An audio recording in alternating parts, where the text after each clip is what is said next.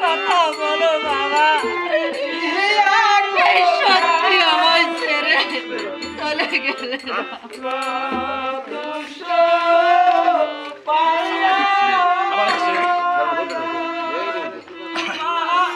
গান বলছে